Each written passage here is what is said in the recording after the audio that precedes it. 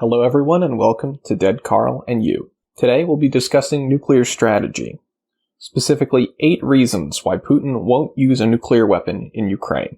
Nuclear strategy is very related to Clausewitzian concepts of war, in that nuclear weapons are both political and military tools. As a result, even the smallest warheads, tactical weapons, have enormous political significance. There's no way that a nuclear weapon can be used without political consequences. As such, applying the Clausewitzian lens to the nuclear question is very relevant. And so, to that end, I've decided to make a list of reasons that Russian leadership has not to use a nuclear weapon, despite their defeats in Ukraine. The first of which is the question, do these things even work? Now, that's not questioning whether or not the Russians can literally physically detonate a nuclear device. The question is, would using a nuclear device actually achieve the results intended? Can you use a tactical nuke and gain an advantage on the battlefield? Can you use a nuclear weapon for tactical purposes? Now, this is a less obvious question than one might think, because we have no history of using tactical nukes. A nuclear weapon has never been used for tactical purposes. The 2 atomic bombs dropped during the Second World War were used for strategic purposes. They were dropped on Hiroshima and Nagasaki to destroy industry in the city, to destroy Japanese morale, and to send a clear political signal that the United States had both the means and will to continue to prosecute the war. It's important to consider the circumstances under which tactical nuclear weapons were developed. Originally, they were conceived by the NATO bloc during the Cold War. NATO was at a conventional disadvantage to the Soviet Union. Rather than attempt to match the Soviet Union conventionally, NATO thinkers decided to integrate nuclear weapons into the tactical and operational levels of warfighting. What that meant was, rather than trying to match the Soviets, armored division for armored division, if a war broke out, and the Soviet spearhead started pushing through the Fulda Gap, they would just drop a nuke on it. When NATO conducted war games using tactical nuclear weapons, it was found that their employment would have caused huge amounts of Central Europe and Germany to become just irradiated ruins. This put a major damper on the thinking that tactical nuclear weapons were a viable solution to Soviet conventional superiority in Europe. NATO was a multilateral alliance, and many of the countries within it were very unhappy with a plan for war that involved their nuclear annihilation. This was particularly galling in that, in the use of tactical nuclear weapons, the United States, the largest member of NATO, would be completely spared the devastation, while its smaller, more dependent members would bear the consequences of war with the Soviet Union. So, for that reason, tactical nuclear weapons, as a genuine war-fighting device, fell out of favor. We'll return to what NATO replaced this concept of tactical nuclear weapons with later. For now, let's imagine that the Russians have stuck with 1950s NATO's concept of tactical nuclear weapons, that you can use small warheads in order to shape the battlefield. Would that work? What assumptions was NATO's concept of tactical nuclear weapons based off of?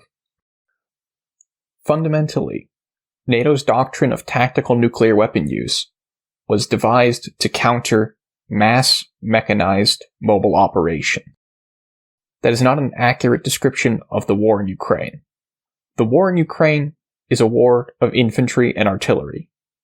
The proliferation of man-pads and the fact that neither side has been able to secure even local air superiority has prohibited the use of mass mechanized formations. Neither the Russians nor the Ukrainians have capabilities comparable to NATO and the Warsaw Pact during the Cold War when it comes to combined arms mobile operations.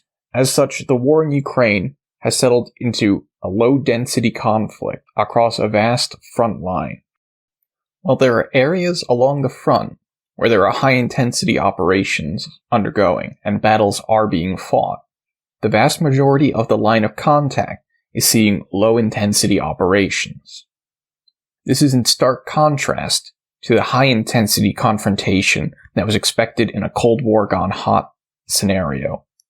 It is in this latter scenario that tactical nuclear weapons would have a use case.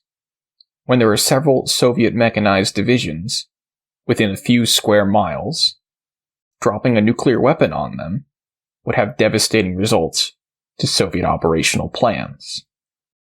However, in the case of Ukraine, there are very few suitable targets for a tactical nuclear weapon. Ukraine does not have massive formations of mechanized forces that are tightly grouped together. The Russians would use a nuclear weapon to do nothing more than kill a handful of infantrymen who happen to be in the grid square they chose.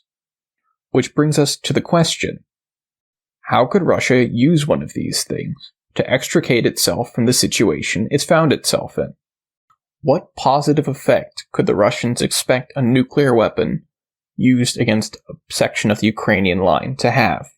What benefits could they hope it to yield them? You can't use a tactical nuclear weapon to effect a breakthrough. Russia does not have troops capable of fighting in a radiation environment, or especially conducting mobile operations through an irradiated environment. And second, you also can't hope to use a nuclear weapon to directly degrade Ukraine's military capabilities, because its forces are deployed across a vast front line. There are not concentrated mechanized divisions in the way there were in the Fulda Gap that would be vulnerable to a nuclear strike. Ultimately, at the very least, we can therefore say that nuclear weapons have questionable tactical value. It is, at this point, entirely unclear whether using a nuclear weapon would gain any tactical advantage for the party using it. This alone makes it extraordinarily unlikely that a nuclear weapon will be used. From a cost-benefit standpoint, tactical nuclear weapons acquit themselves poorly. The fact that there is uncertainty regarding their efficacy means that the downsides to their use are placed into sharp relief. To use a nuclear weapon, Russia would have to assume all the costs and risks associated with it, in exchange for whatever uncertain benefits they might accrue from it. That's not a gamble a state is likely to take. You might notice there that I said a state and not Russia. This brings us on to my second point, which is that what makes Russia so special? Why is it that we are particularly talking about Russian nuclear escalation when a military adventure goes wrong? Where were the countless articles suggesting that Joe Biden might drop a nuke on the Taliban as Kabul was falling? There is a narrative of Russian exceptionalism, peddled by the Russians themselves and lapped up by people in the West. The truth is that the Russians are not different from anyone else. They are not in any way especially immune to suffering or willing to bear the atomization of themselves and everyone they love. Nuclear war is just as terrifying for the Russians as it is for any other country. And nuclear use is looked upon in much the same way in Russia as it is in any other part of the world. When the United States encountered difficulties in Vietnam, or when China did the same, there was no serious discussion of using tactical nuclear weapons to improve their situation. This was because of many of the exact same problems that were outlined in the first point, regarding suitability of targets and actual efficacy of tactical nuclear weapons. Nuclear-armed states lose wars to non-nuclear powers with sufficient regularity to say that there is no reason to believe that Russia would use nuclear weapons simply because it is losing. After all, the Soviets were defeated in Afghanistan. 2 nuclear powers defeated in Afghanistan. 2 defeated in Vietnam. Both countries remain unnuked. It is absolutely essential, when analyzing Russian behavior, to refrain from engaging in exceptionalism or believing that the Russians are, for some reason, inherently inscrutable. The Russians look at the strategic situation in the same way that any other state in their position would view the situation. It must not be forgotten that nuclear war remains terrifying for the Russians, as terrifying as it is for anyone else. Self-preservation is an instinct that remains alive and well among the Russians, both at the popular and elite level. That concept brings us to my third point, which is the question of who will co-sign a nuclear strike? Because while Putin does, legally speaking, have exclusive and sole launch authority, there are multiple levels of individuals that would have to comply with the order to use a nuclear weapon, or who would have to, through their passivity, allow such an occurrence to happen. Now, Putin's regime is remarkably secure, at least from what is publicly known about the state of Russian politics.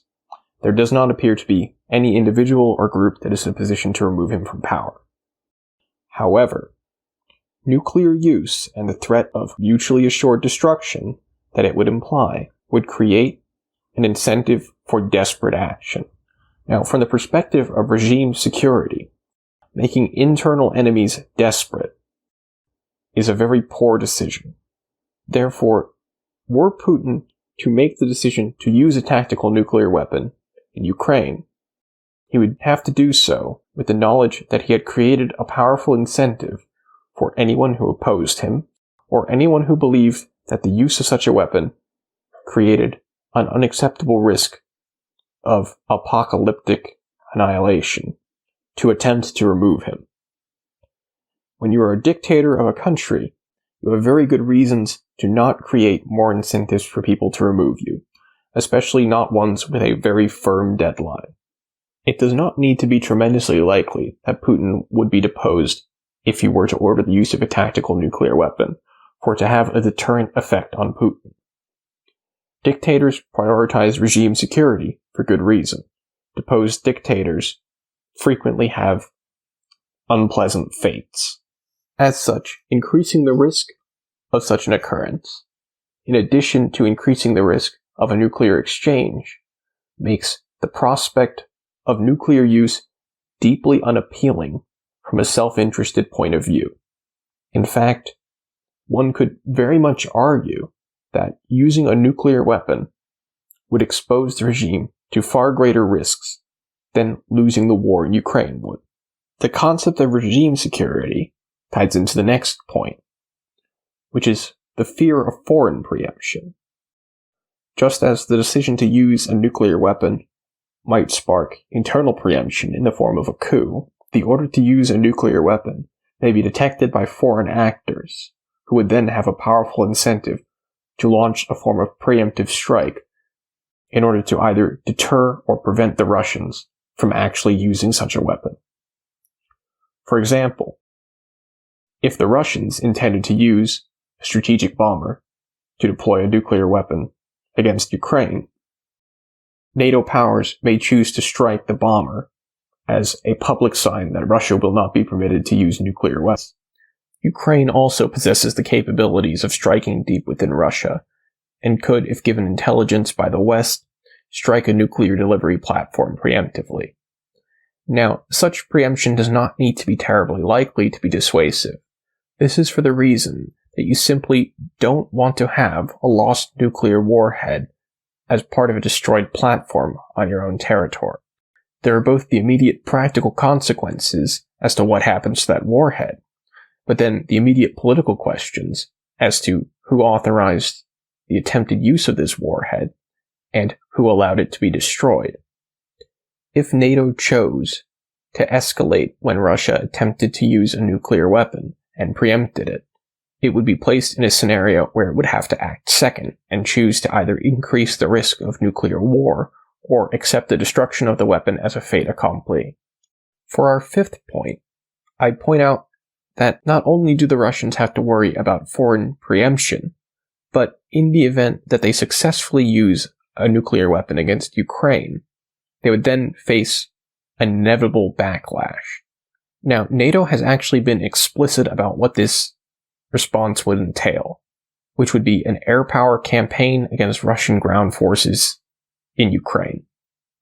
Unless Russia is willing to gamble that this is a bluff by NATO, and that even with the use of a nuclear weapon against Ukraine, there will be no NATO involvement, using a nuclear weapon would be detrimental to Russian interests because it would further involve NATO in the conflict. Any advantages that would be gained by the employment of a nuclear weapon would be immediately nullified by the participation of NATO air power. Overall, Russian strategy towards the West in Ukraine is to foster disengagement and disinterest within the public, to increase the political price for providing arms and financial support to Ukraine. Using a nuclear weapon against the Ukrainians runs directly counter to this strategy. There is nothing that could drum up more support and interest in the cause of Ukraine than it being the victim of the only nuclear strike since the Second World War. So for our sixth point, we're going to talk about the concept of escalating to de-escalate. Now, this is a very Clausewitzian concept, but it's the idea of using a nuclear weapon for political purpose to essentially demonstrate that you're very serious and that there is now a choice between creating a negotiated settlement and further nuclear use. Essentially, the idea is giving your opponent the last clear chance to stop nuclear war from happening. You're using a nuclear weapon to say, we are now on the slippery slope, and we are both going to go over the edge unless you do something. The problem with that concept is because, of course, you've never had a nuclear war before, there's nothing to say that attempting to use a nuclear weapon for this purpose will not inadvertently cause a nuclear war. Your opponent will not know what you are doing. They will not understand that you mean to only threaten to send you both over the slippery slope. They will say, oh, there comes the slippery slope, time to ready our strategic forces. So, when Russia starts readying its strategic missile forces and it detonates a nuclear weapon, it has no guarantee that the next thing to happen will not be a massive counterforce strike on all of its silos. And this is particularly the case because the United States, its primary nuclear adversary, has spent the last 30 years since the fall of the Soviet Union investing heavily in its counterforce, that is to say, destroying enemy nuclear weapons abilities. What this means is that Russia is particularly vulnerable to a preemptive strike by the United States, and the United States has some powerful incentives to perform a preemptive strike if it believes the Russians have gone crazy and are on a nuclear war footing. If the United States believes the Russians are about to launch their weapons, they're going to sink Russian nuclear submarines, they're going to launch missiles at Russian nuclear silos, they're going to target mobile launchers, and they're going to destroy Russian radars and early warning systems. At which point, the best the Russians can hope for is to be able to launch their own nukes, which would be aimed at US population centers and would initiate mutually assured destruction. That is the scenario that a worst-case attempted use of a nuclear device in Ukraine could engender. Now, the United States would have to be incredibly stupid to attempt a counterforce effort against Russia. However, the fact that the United States has been attempting to develop this capability for so long suggests to the Russians that the Americans believe that they can do it. And just as we do not trust that Putin is entirely rational and that we may sleep soundly, knowing that no one would ever be so crazy as to use a nuclear weapon, Putin may equally not sleep soundly because he cannot know for certain that the Americans will not ultimately use nuclear weapons in response to his own use, and will not misperceive his intentions as the start of a wider exchange, rather than as a political signal. This brings us to our seventh point, which is that introducing nukes means losing control. As Clausewitz writes, in war, everything is simple, but the simplest thing is difficult. And this is because of friction. The friction is, in every aspect of war, there are innumerable, small, but compounding difficulties. Innumerable things can and will go wrong. And this is true for everything, including nuclear use. And when you are ordering nuclear use, you are accepting the prospect of everything that might go wrong with it. This is a significant reason why nuclear use has not been ordered since 1945. Using a nuclear weapon means accepting a fundamentally unknowable risk. You cannot know whether the weapon will be employed as intended, and what the reaction from other nuclear-armed powers will be. There is always the danger of misperception and inadvertent escalation, and of the delivery platform simply malfunctioning. There is no shortage of accidents in war, and people are rightly, therefore, hesitant to introduce nuclear weapons into them. The element of uncertainty combined with nuclear weapons is a poor combo from many perspectives, but particularly from that of regime security. If we accept that regime security is of incredibly high priority for Russian leadership, then there are powerful incentives for the Russians to abstain from nuclear use. That brings us to our final point, which is that nukes are just scary. Dying in nuclear hellfire is absolutely terrifying to everyone from the average Joe on the street to Vladimir Putin himself. Certainly, you can find certain fanatics who are willing to die for their cause and be immolated for their martyrdom, but for the vast majority of humans alive, they do not want to die in an enormous inferno. And so that means that people will pay a very high price to remove the possibility of that from their lives. This is precisely why we have not seen nuclear weapons used since 1945. There is nothing to be gained that could justify their use and the risk it entails. The benefits can never outweigh the cost, when the cost is the horrific death of all of humanity, or at least the prospect of. The true horror of mutually assured destruction is of such a scale that it makes other concerns seem small by comparison. At the end of the day, it has to be remembered that people are making these decisions. Humans, who have families, friends, who have hopes and dreams for their futures, and their children's futures, and who are deeply disturbed by the prospect of all of that going up literally in smoke. People do not need to be the rational utility maximizers of economic models to act out of fear of death, at least to sufficient extent to do their best to reduce the risk of it to themselves and their family. As much as nuclear weapons and nuclear strategy are a question of high politics, they are also inherently personal. Which brings us to our conclusion, which is that at the center of this there is a man, Vladimir Vladimirovich Putin.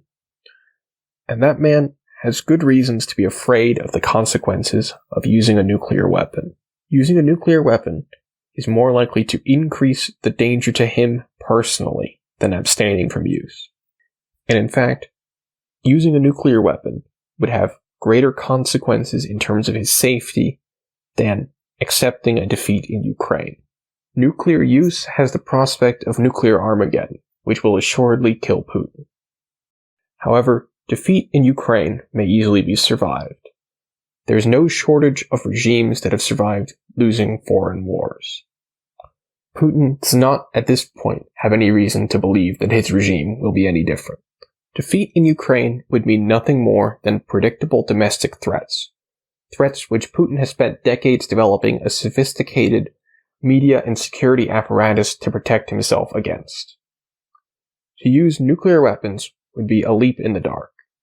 There is no way for anyone to know the consequences of using a nuclear weapon, and that makes it highly unlikely that anyone would choose to do so when alternatives of known consequences exist. To argue that Putin would be willing to use a nuclear weapon, one would need to present evidence that he is under sufficient threat to his life that using a nuclear weapon would be less dangerous than any other option available to him. Because of Putin's focus on regime security and his own personal safety, the Russians will never use a nuclear weapon in Ukraine.